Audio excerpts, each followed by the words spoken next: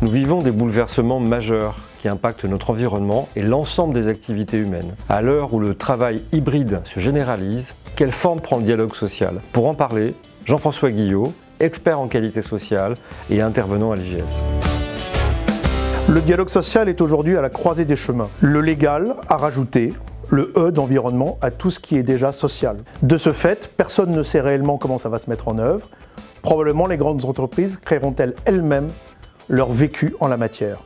Pour le reste, la crise sanitaire a profondément transformé les choses. Perte de compréhension de ce à quoi sert le dialogue social, perte de vue des syndicats et des syndicalistes, à quoi servent-ils finalement, perte de candidature pour les élections, or il nous faut des candidats pour le dialogue social, priorité mise sur santé, sécurité, conditions de travail, plus ou moins centrée sur les allées et venues, les mesures sanitaires et tout ce genre de choses.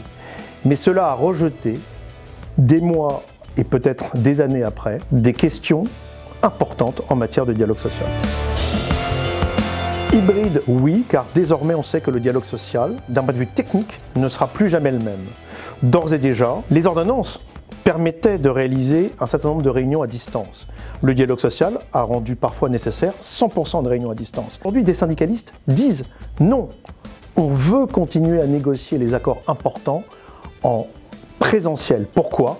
Parce qu'on a plus de temps, parce qu'on peut plus s'exprimer, parce que aussi, disons-le tout net, des techniques issues du théâtre, de la prise de parole en public, peuvent fort bien s'exprimer et avoir de l'impact.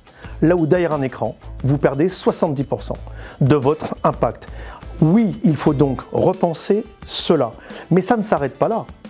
J'en reviens toujours à ma crise de vocation. J'en reviens également au sens du dialogue social. Il faut sortir de la boîte noire du dialogue social qui jusqu'alors était réservée aux couples DRH-DRS et syndicalistes. Derrière l'écran, il n'y a plus de lien. Or, dans relation sociale, il y a relation et il y a social. Donc, c'est très mauvais de considérer que la technique fonctionne. Le deuxième enjeu était déjà présent avant le Covid. C'est la mainmise des DAF sur le volet DRH et social. Le jour où on managera le social au tableur Excel, ça causera des dégâts très forts, surtout en France.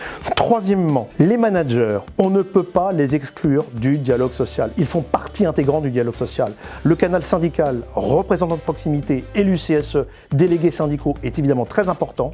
Le canal managérial a aussi toute son importance dans le dialogue social. Comment l'activez-vous? Quatrième élément qui me paraît déterminant. L'entreprise ne peut plus aujourd'hui se désintéresser de son paysage syndical. Autrement dit, des talents sociaux, des talents à fibre sociale doivent être encouragés à se présenter aux élections. Pour quelques syndicats qu'ils veulent, bien évidemment, mais il faut que le social devienne une préoccupation de l'entreprise.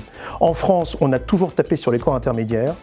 Le corps intermédiaire syndical est décisif en France dans l'entreprise. Et toutes les grèves qu'on vient de voir début janvier démontrent bien l'importance d'un dialogue social, y compris dans les plus grandes entreprises. Naturellement, dans dialogue social, tout le monde comprend droit social. Au-delà du droit social, il est nécessaire de se former à la relation sociale, car la relation est supérieure au contenu. Le droit, c'est de la conformité, c'est 10% du sujet. Comment mettez-vous en place une relation de qualité qui permette à un contenu de qualité d'exister et surtout d'être appliqué ?